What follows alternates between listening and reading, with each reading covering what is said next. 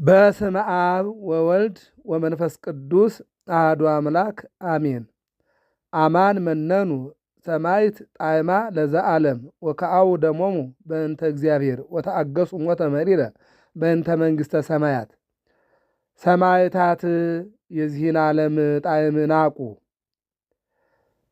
በዓለም ላይ የምትኖሩ ኦርቶዶክሳውያን የእግዚአብሔር ልጆች ሰላም እግዚአብሔር ይብዛላችሁ።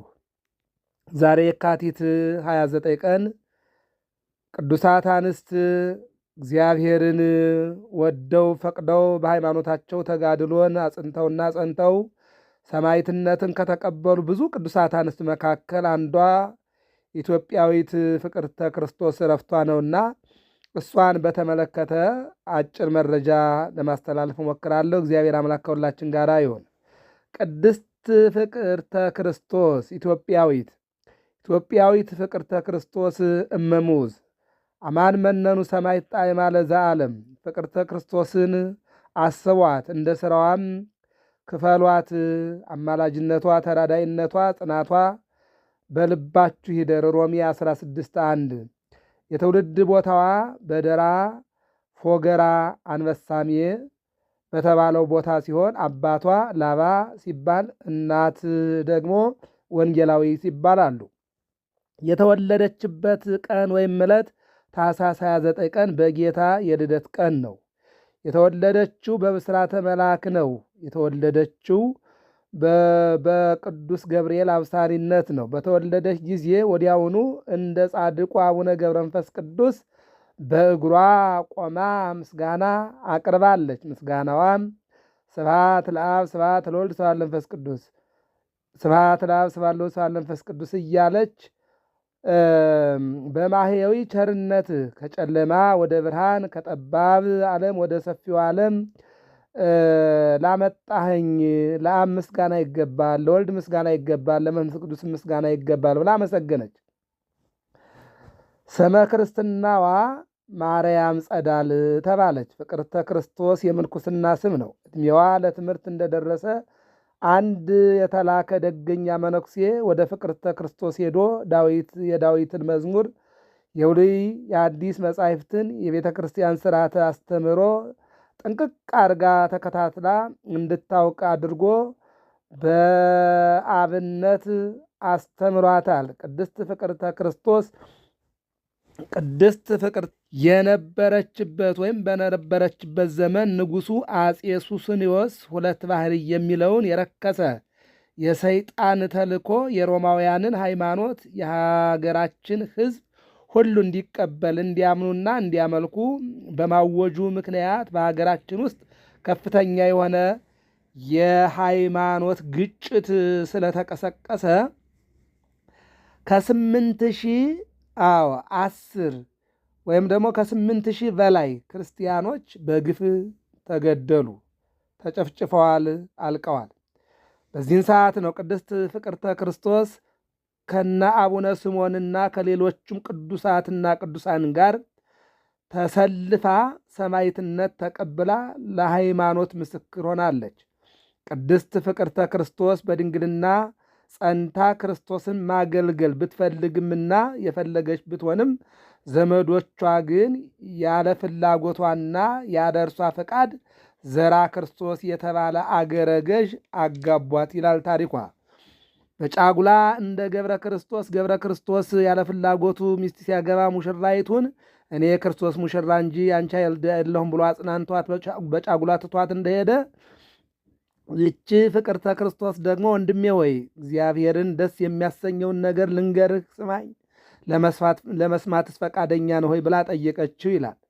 እነሆ ዘራ ዳዊትም ንገሪኝ እህቴ፣ ምንም ችግር የለም፣ እሰማሻለሁ፣ እቀበልሻለሁ፣ ለምትነግሪኝ ነገርም ደግሞ ዝግጁህኝ አዳምጣለሁ አለና መለሰላት። ድንግልናችንን ጠብቅ፣ ከዚህ የበለጠ ትልቅ ሕይወት የለም። ሁሉም ያልፋል። እኔ የማስበውና እኔ የተጠራሁለት ለዚያ ስለሆነ ፈቃደኛ ከሆንክ ፈቃደኝነትህን ግለጽልኝ አለችው። ዘራ ክርስቶስም እሺ ደስ ይለኛል አላትና በዚህም ተግባብተው በጸሎት መትጋት ጀመሩ ይልና ሌሊት ወደ ባሕር እየገቡ በጸሎት እየተጉ ጸሎት ያደርጉ ጀመር ይላል።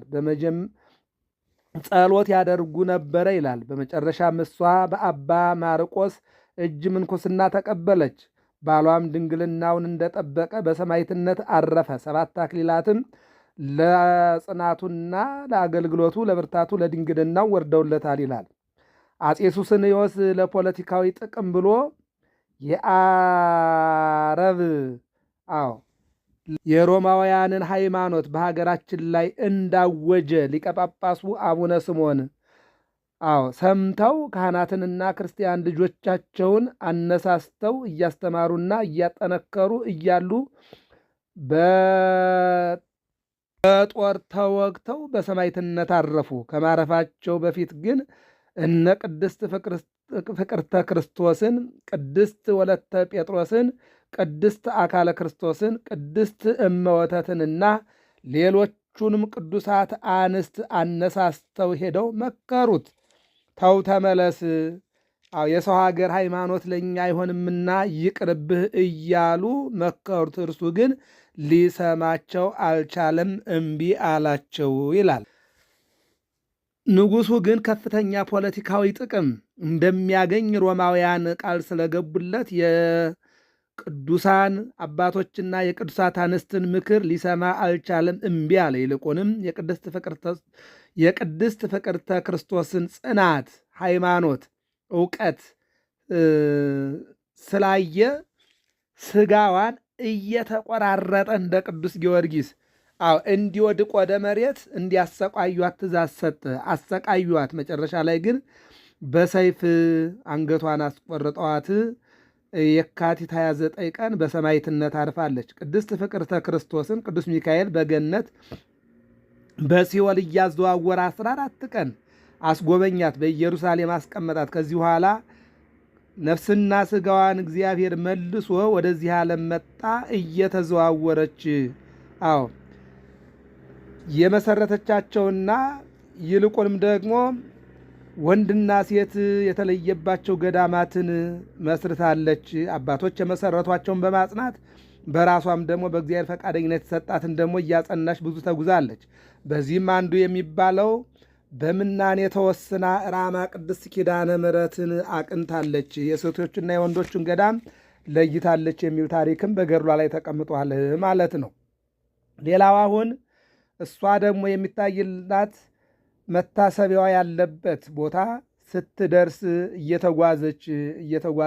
እየተዘዋወረች ምናኔን በምትጓዝበት ሰዓት እነሆ በሰሜን ወሎ በላስታ አውራጃ በመቄት ወረዳ ገረገራ ቅዱስ ጊዮርጊስ ማሰሩት ሚካኤል ወረድ ብሎ የሚገኘው እመምዑዝ ገዳም ወደሚባለው ቦታ አሁን መታሰቢያዋ ወዳለበት ቦታ ስትደርስ ይላል አምደ ብርሃን ተተክሎ በቀስተ ደመና ተከቦ ስታይ ይህችን ቦታ ወድጃታለሁ፣ ምን ታምር ብላ ሰየመቻት። ይህችን ቦታ ወድጃታለሁ፣ ምን ታምር ብላ ሰየመቻት ይላል።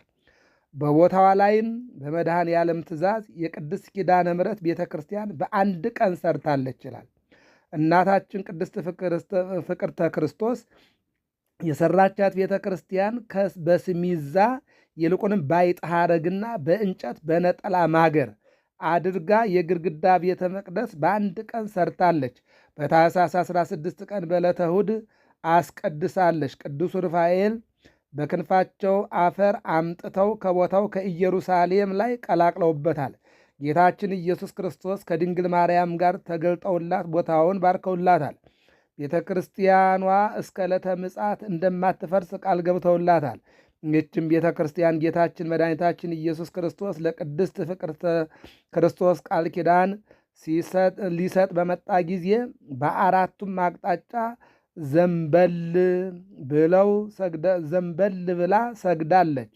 ለዚህም ነው ዛሬ በአራቱ አቅጣጫ ወደ እመምዑዝ ሰዎች ሊገቡ ሲሉ ሲመለከቱ ተራሮች ዘንበል ብለው ይታያሉና ቅድስት ፍቅርተ ክርስቶስ ሃይማኖቷን አጽንታና ጸንታ ከቅዱሳት አንስትና ከቅዱሳን አባቶች ጋር አንገቷን በሰይፍ ተቀልታ እንደ ቅዱሳን አባቶች አማን መነኑ ሰማዕት ዓለምን ንቃ፣ የዓለምን ኑሮ፣ የዓለምን አለባበስ፣ የዓለምን አመጋገብ ንቃ፣ የዓለምን ጋብቻና ስርዓተ ጋብቻ እነሆን የድንግልናዬን ጠብቄ እኖራለሁ ብላ በተጋድሏ ጸንታ በአንድ ባህሪ፣ በአንድ አምላክ፣ በአንድ ጥምቀት፣ በአንድ ሃይማኖት ጸንታ የካቲት 29 ቀን ያረፈችበት ዕለት ነውና የቅድስት ፍቅርተ ክርስቶስ አማላጅነቷ፣ ተራዳይነቷ፣ እናትነቷ እንዳይለየን የእግዚአብሔር አምላካችን መልካም ፈቃዱ ይሆንልን። የገብረ መስቀል ሚዲያ ነው።